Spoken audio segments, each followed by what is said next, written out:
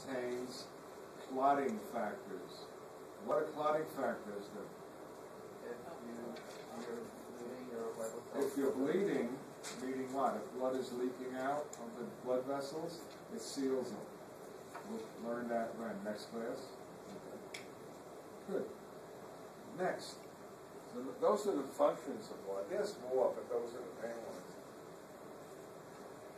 This is interesting. We're going to do now. Do it fast. Physical characteristics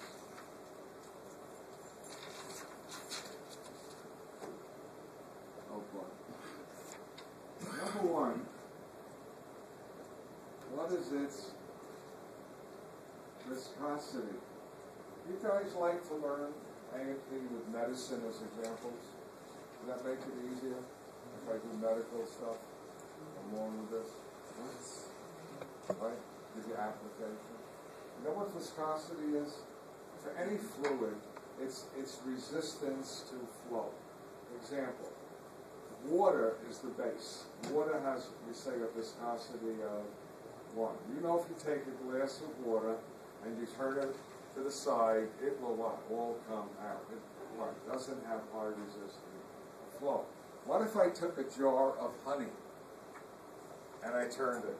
Would it flow out as fast as water? No. Would it flow out really slow? Yes. You bet. Honey has a viscosity of about 15, right? You know, ketchup probably has a viscosity of about 10, right? You know when you pour the ketchup in.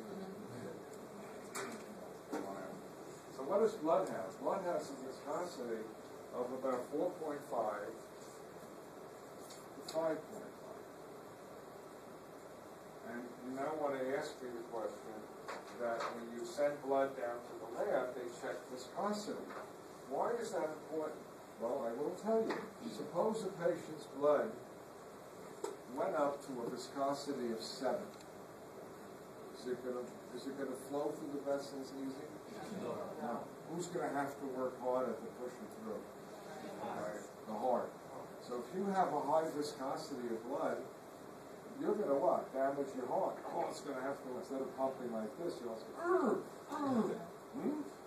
So, you don't want that. So if we find you have a high viscosity, hook up an IV and dilute the blood with some what? Saline. Okay?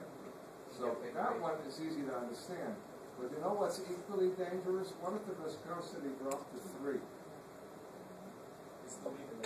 Yes, why would that be dangerous? Well, because the blood would move too fast, which means it's returning to the heart too fast, and the heart has to be faster. Can that injure the heart? Yeah. So you don't want a high viscosity, you don't want a low, you want to be right from your 5.5. Is that when you get blood thinners and all that stuff? Like Second? It's the thing that when they get prescribed blood thinners? No, that's different. Okay. That's a, I always wanted to kill the first doctor that gave us that word, blood thinners. I always think of all the old people talk about blood thinners. It doesn't thin. A blood thinner is a, quote, a drug that reduces blood clot formation. Okay? Nothing to do with this. But it's a horrible term. Not your fault. It's been thrown upon the public, and they think it makes your blood thinner. It doesn't. What it does, it reduces the clotting ability of your blood. So don't feel bad about it. Two, here's something that's very interesting. What is the pH of blood?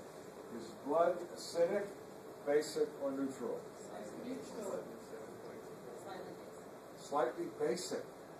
Blood's pH should be 7.35 to 7.45. That's a very narrow range. Let me assure you that if I bring your pH down to 6.8, you will not be conscious. If I bring it up to 7.7, you'll be on the floor convulsing. So I got to teach you now a non-chemistry term. You hear what I'm saying? If your pH comes back from the lab and it's 7.1, is it still basic?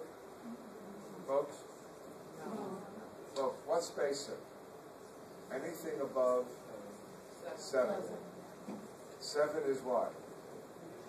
What is 7? Neutral. Anything below 7 is acidic. So this is still basic, isn't it? 7.1. You all with me? Chemically, it is what? Basic. But on the report, it is going to say the patient is in a state of acidosis. And you go, but now it won't confuse you. Acidosis is a clinical term, not a chemical term. You with me? It simply means below 7.3. Follow? If it's below 7.3, even if it's 7.1, which is basic, we say you are in acidosis, meaning you're what? Moving towards the acidic side. That makes sense? It's a clinical term. It is. If I showed 7.1 to any chemist, they say that's basic, and they're right. But if it's blood, we will simply use the clinical term acidosis, meaning you're below 7.3. You with me? If you're above 7.45, you're going to say alkalosis. Above 7.5, you are in alkalosis. If you become too acidotic, you know what will happen to you? Let's take it down to 6.8. You'll go into a coma. Acidosis brings you towards coma. What if you have too much alcohol? Your blood's too basic. Alkalosis? That's a bad one. Very rarely. You don't see it a lot. Alkalosis causes,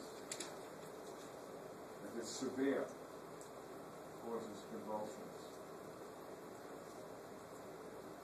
All right, we're going to do this in depth when I get to acid-base ground. Alkalosis, that's above 7.5? That's above 7.45. You know who gets this sometimes? Children. You know how they get it? You did something bad. You left a big bottle of Tums where they can reach it. And you know how Tums come in flavors? Orange.